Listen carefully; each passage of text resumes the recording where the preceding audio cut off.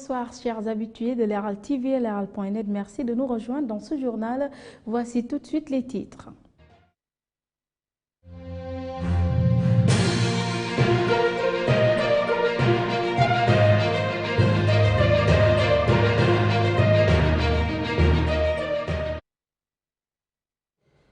Le bilan du coronavirus au Sénégal s'alourdit. Les cas positifs ont grimpé d'une manière extraordinaire.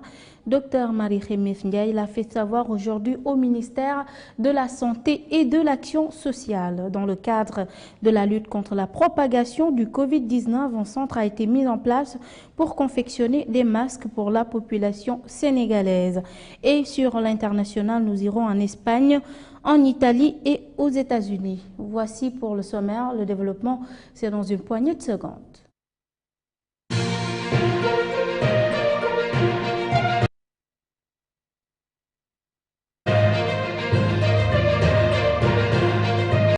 Bonsoir à tous. Aujourd'hui, le ministre des collectivités territoriales et de l'aménagement du territoire Omar Gueye a effectué une visite au centre incubateur Diaraf Issa Mbengue de Yoff, un centre spécialement conçu par la mairie de Yoff pour la confection et la production de masques. De reportage Moustapha Tchoun.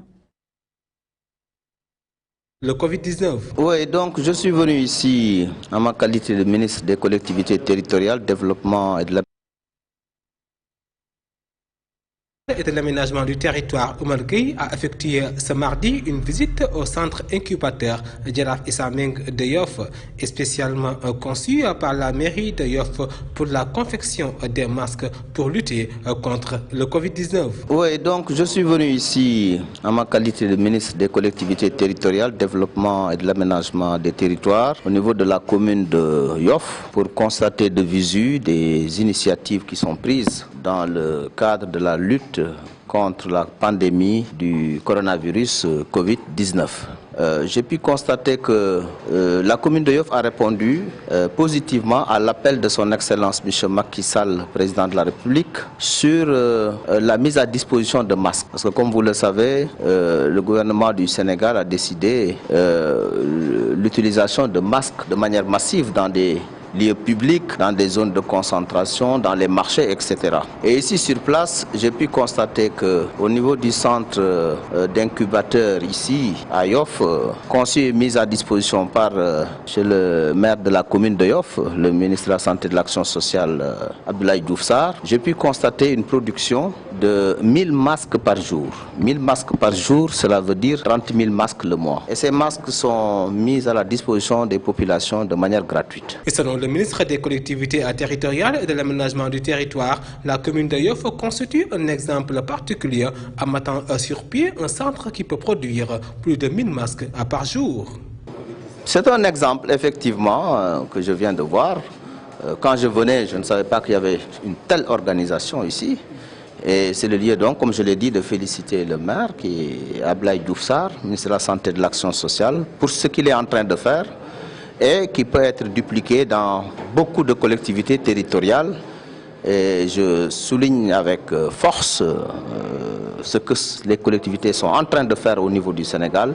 Les 599 collectivités territoriales, c'est-à-dire les 557 communes, y compris les 5 villes qui ont un statut de commune, et les 42 départements collectivités territoriales. Le ministre des collectivités... Merci beaucoup Moustapha Tchoun, qui était présent au centre de Yoff avec le ministre des collectivités territoriales et de l'aménagement du territoire, M. Omar Gueye. Parlons toujours de coronavirus. Aujourd'hui, 35 nouvelles personnes sont testées positives au coronavirus, le plus grand nombre de cas déclarés au Sénégal depuis le début de la pandémie. Écoutons la directrice de la santé publique, Marie-Khemesse Ndiaye. Messieurs, communiqué numéro 51 sur la pandémie Covid-19 au Sénégal. Ce mardi 21 avril 2020, le ministère de la Santé et de l'Action sociale a reçu les résultats des examens virologiques ci-dessous. Sur 466 tests réalisés, 35 sont revenus positifs. Il s'agit de 34 cas contacts suivis par nos services, un cas issu de la transmission communautaire à Niary Tally, ici à Dakar. 7 patients hospitalisés ont été contrôlés négatifs et déclarés guéris. L'état de santé des patients hospitalisés est stable et aucun cas grave n'est à signaler. À ce jour, 412 cas ont été déclarés positifs, dont 242 guéris, 5 décédés, 1 évacué et donc 164 sous traitement. Le ministère de la Santé et de l'Action sociale exhorte les populations au respect strict des mesures de prévention collective et individuelle. En bref, les prélèvements effectués ce lundi 21 avril 2020 à Louga sont avérés négatifs au nouveau coronavirus. Le médecin-chef de l'hôpital régional de la dite région l'a fait savoir à l'agence de presse sénégalaise. Le fiscaliste Abdoulaye Nyon a indiqué hier au micro de l'Herald TV qu'il faut que les grandes sociétés non impactées du coronavirus payent plus qu'à la normale les impôts pour pallier un manque. C'était au micro de Fallou Kouma. Suite à la diffusion d'un audio dans les réseaux sociaux attribué à Eva Marie Kolsek, le collectif Comeva a tenu à apporter des précisions après avoir démenti l'élément sonore attribué à l'ancienne ministre de la Santé sur les réseaux sociaux et via WhatsApp. Le collectif a indiqué dans le communiqué que le dit message n'est pas envoyé par l'ancienne ministre. Le bureau exécutif du syndicat des travailleurs libres du quotidien Le Soleil, affilié à la CNTS, énonce et s'indigne profondément contre l'attitude de leur directeur général Yahambaye qui vient de faire montre encore une fois d'abus de pouvoir sur ses agents, Madame Croquette, Fatou Lissal et Moustapha Lo. Parlons de tout à fait autre chose. Le portrait du jour porte sur le parcours du général François Ndiaye, chargé du suivi de la distribution des denrées alimentaires. C'est avec Mam Aram Cham. Derrière les clichés, revient sur le parcours de général François Ndiaye, le parachutiste de formation sorti de l'Académie militaire royale de Meknes au Maroc. Il a reçu une solide formation aux États-Unis avant d'avoir le grade de colonel à 45 ans, devenant ainsi le plus jeune colonel de l'armée de terre, alors qu'il commandait la zone militaire numéro 1 à Dakar. Né à Joal Fadiouth, dans le département de Mbour, il a fait plusieurs séjours en Casamance et a servi pendant 4 ans au bataillon confédéral en Gambie. Il a étudié le droit à l'université Mohamed V de Rabat avant d'intégrer l'Académie militaire royale de Meknes. Il est titulaire d'un diplôme supérieur en anglais obtenu à l'université d'Ibadan au Nigeria et d'un master 2 en citoyenneté, droits de l'homme et action humanitaire à l'Institut des droits de l'homme et de la paix. Il a aussi décroché un master 2 en gestion des ressources humaines et organisation. Son séjour aux États-Unis a été couronné d'un diplôme d'état-major entre 1993 et 1994. Le général Ndiaye a également obtenu le brevet de l'école supérieure de guerre du Nigeria National Defense College en état-major de sa promotion. Il a aussi une longue expérience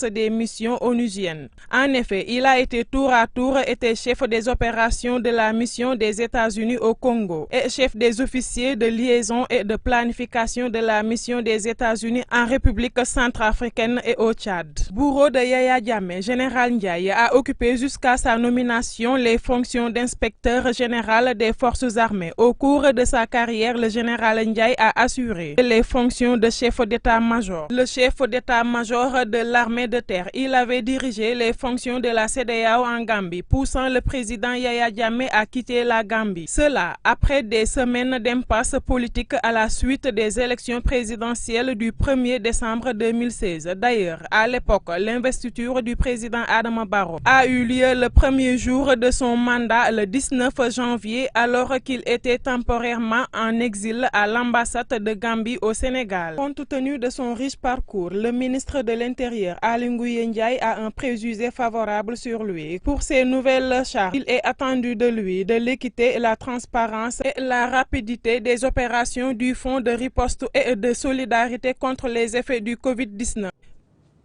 C'est cet excellent dossier du jour de Mamaram Cham qui met fin à l'actualité de chez nous. À présent, faisons un saut en Espagne, en Italie et aux États-Unis.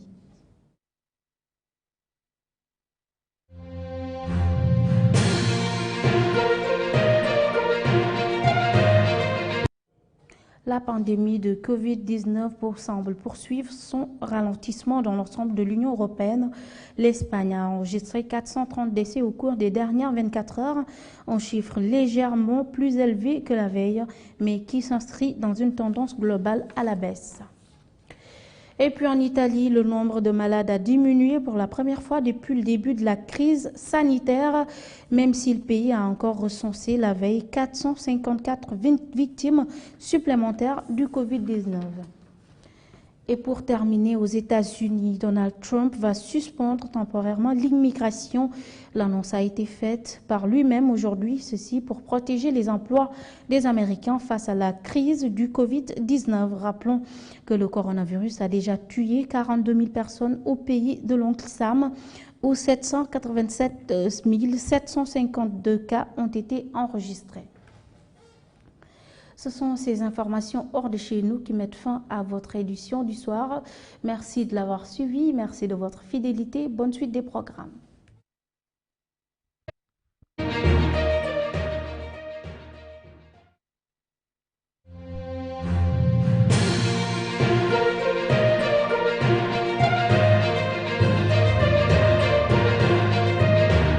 naqaru li am moo gën moo ëppoon sa sensibilisation. mais nag xam nga loo xam ne dafa jógee si